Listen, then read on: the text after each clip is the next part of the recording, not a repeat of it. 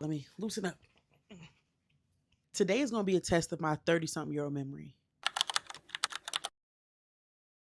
I started my book club, Literally Black Book Club, back in 2022, and it is now 2026. You do the math. I'm an artist. Since 2022, we've read some books.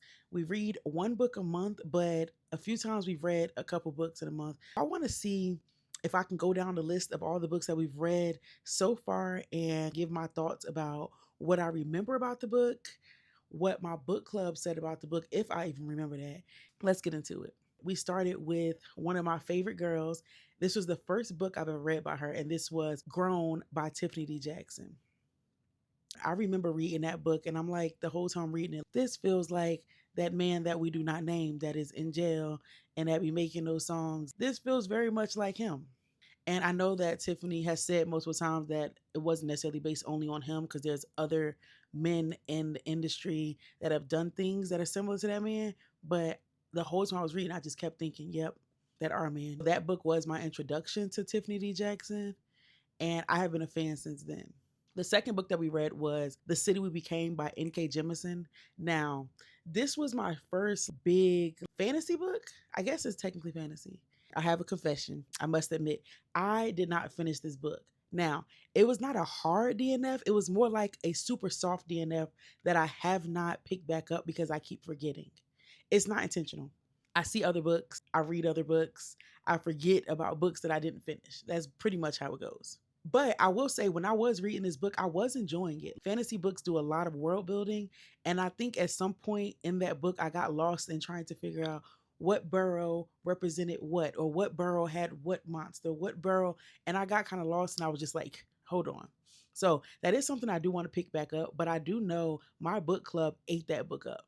And if you've seen that book, it is not a small book. If you see some lights flashing, no, you didn't. Mind your business. And because I am the type of person, I cannot buy one book and not buy the rest of the series. I do have the entire series. Yes, I do. Have I read the entire series? No. But will I? Yes, eventually. We'll get there. We also read All Her Little Secrets by Wanda Morris. Let me rephrase that. Wanda M. Morris. Now, this book was good. This was scandalous. Let me see if I remember. I do remember it was corporate secrets. It was a Black woman dating a white guy or sleeping with this white guy. Some secret society type thing at the job. All I remember is that the book was good. Do I remember the details? No, but it was good. So I do recommend it. The Business of Lovers by Eric Jerome Dickey. This was my first Eric Jerome Dickey book. I know that the girls love EJD down. I know that. Rest in peace to him. And I've always heard only great things about his books. And I will say I also enjoyed that book. Do I remember details? I'm 30-something years old. I ain't gonna keep saying that. I'm 30-something years old, y'all. I don't remember details of everything, but I do know that I liked the book. I thought it was funny. I thought it was a little nasty. And it was all the things that I like in the book. So yes. This next one is a memoir. This was the first memoir that my book club read together, and that was The Mother of Black Hollywood by Jenifer Lewis. And I listened to this on audio. So this was, I think, probably my first audiobook, if I'm not mistaken. And I specifically listened to this one on audio because I knew that it was narrated by Jenifer Lewis. I wanted to hear her voice. I don't think I fully finished this book either. And while it was a good book, I don't know. I'm not a fan of every memoir. I'll say that.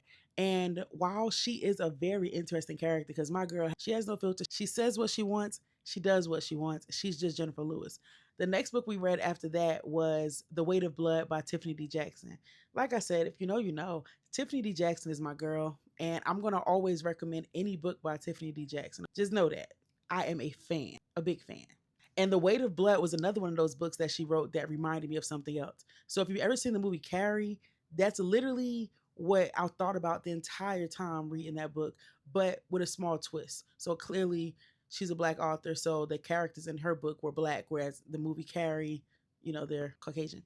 I truly enjoyed it because I'm visualizing what I remember Carrie looking like and what scenes in Carrie looked like.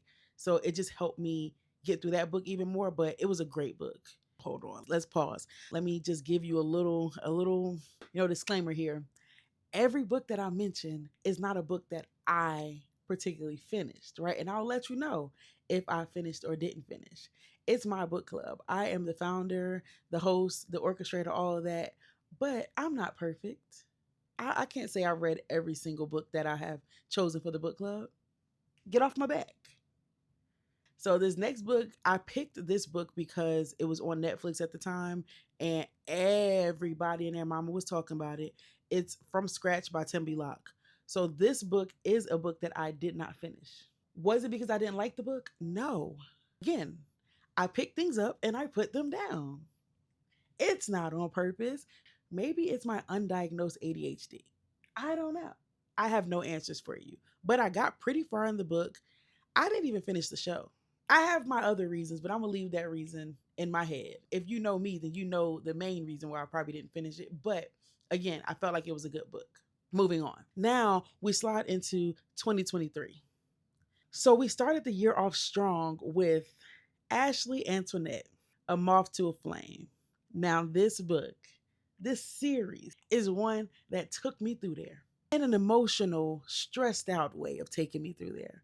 When we had book club meetings for this book and the series, that's when my book club was open. I had a open book club. We had about 4,000 members or something like that. And people could just come into the meetings. The link was there. And all of the Ash Army showed up to these book club meetings. And my God, it was interesting to say the least. Everybody and their mom was in those meetings. And that wasn't the norm for me or for any of my members. It was a lot going on. But I will say that out of the books that we've read from Ashley Antoinette, A Moth to a Flame probably was my favorite one. That was the start of the series. And don't get me wrong, the characters, what's her name? Raven, she got on my damn nerves. She got on my nerves. It's a lot of morally gray situations and characters that's in the ethic A Moth to a Flame world. That book stressed me out. So A Moth to a Flame was first, and then we read Ethic 1, Ethic 2, and Ethic 3. And after Ethic 3, baby, I had to get up off the train. I'm sorry. I had to go. I made the executive decision to stop at 3. My book club members, they can go do whatever they wanted outside the book club. But as for me in my house, literally Black Book Club, we stopped at book 3. And again, it's not because the books weren't good, because they are good. But I just felt like, how do I say this? I just felt like some things became repetitive for me. And also, it was just an emotional roller coaster that I was just ready to get off the ride. Shout out to her because she knows how to keep you captured. She knows how to keep you into the world and into the book. And the people love her books. And I'm not mad at that. These lights flicker one more damn time, embarrassing me in front of company. So after we got out of Ethic Land, we moved on to Behind Her Lives by Briana Cole. This was really good. This was like a thriller. I think it was like a thriller mystery. And it was my introduction to Briana Cole as well. She's also, I don't know if she's like a director, producer, writer, but she has some movies on Tubi as well. So she's pretty dope. And whenever I see her in person, it's all love. Then there's a second book of the series too. I forgot the name of it, but I see it in my head. I'll put a picture over there somewhere. Or over there somewhere.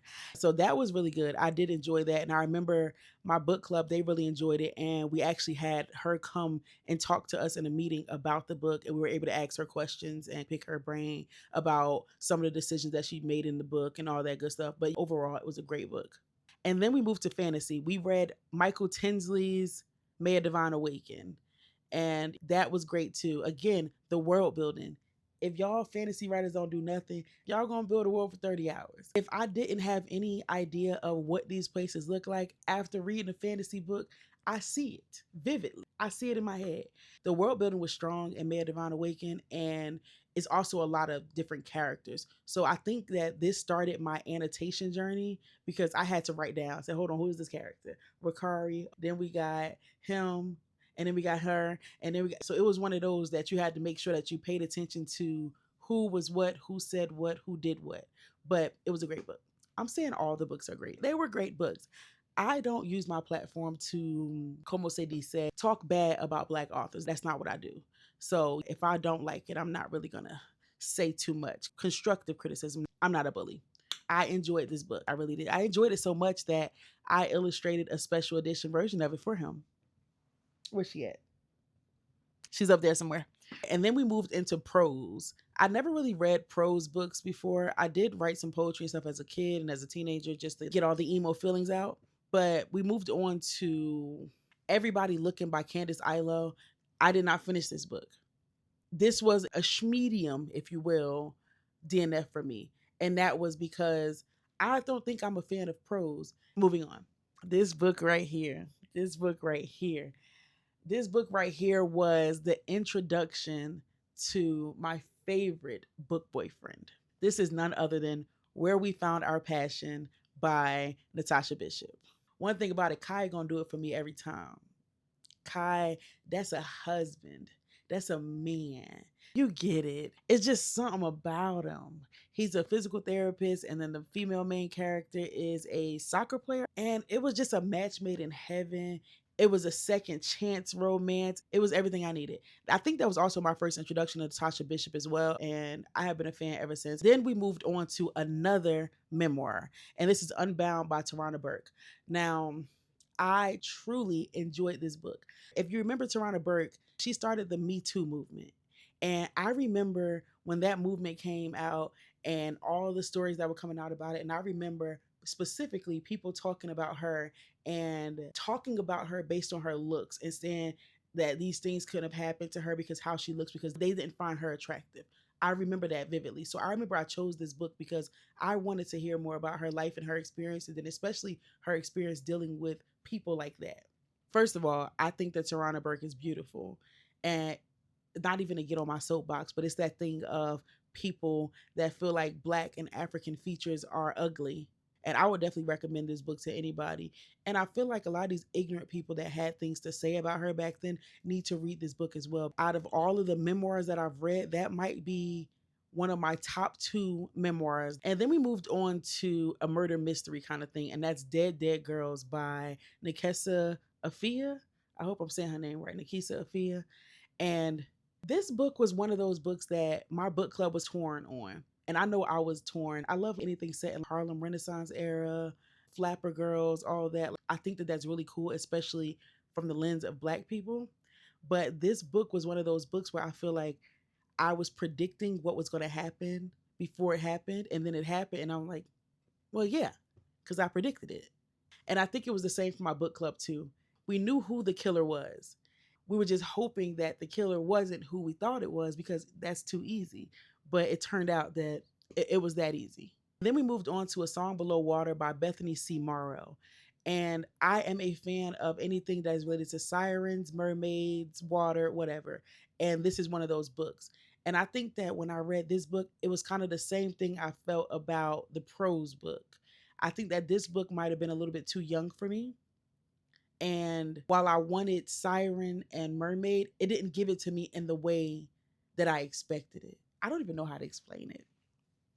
So this is probably one of those books that I do need to go back and try again and see if it speaks to me now. Because since that point, I've read multiple siren/mermaid books and I know what I like. And then I'm going to just say this. Yes, we're back to another Tiffany D. Jackson book. Who would I be if I didn't read multiple? You know what I mean? But we read White Smoke by Tiffany D. Jackson. And now this is the first one, I think, out of the ones that I've read in the book club that didn't remind me of something else. And this was a horror, weird, itching things and mystery. And then we moved on to a genre that I never read before. And that's like a satire, Black Buck by Mateo Escaripur. I hope I said his name right. Charge it to my head, not my heart. Now, this book was funny. What's that movie with Lakeith Stanfield? Sorry to Disturb You, or whatever it's called. It reminds me of that. Or Wolf of Wall Street. It was like a corporate thing, but it was also funny. It was also like, what? Little twist. This was a great read. Then the last book that rounded out 2023 was Skin of the Sea by Natasha Bowen. Now, I just told y'all, I love sirens. I love mermaids. I truly, immensely enjoyed this book. I did. It had orishas. There was spirituality in the book. It was just cool. I just like cool stuff. And my book club liked it too. So yeah, hope that my memory, served me well.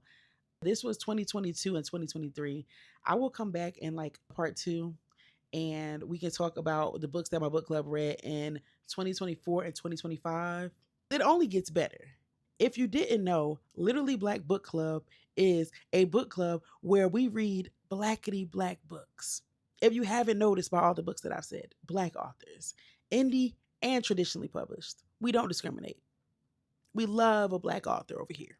And also, if you're looking to join a book club, if you need a book club family, come closer. If you need a book club family, Literally Black Book Club is always accepting new members. Look in the description and you'll see some information. It'll get you right. That's it. If you like this video, make sure you like, comment, and subscribe. And also, as a bonus, tell your friend about Literally Black Book Club, okay? Why not? Who says that you don't need more family? We're all like cousins and aunties in there. Just come on in. Come on in. Okay, thank you so much for watching. Bye.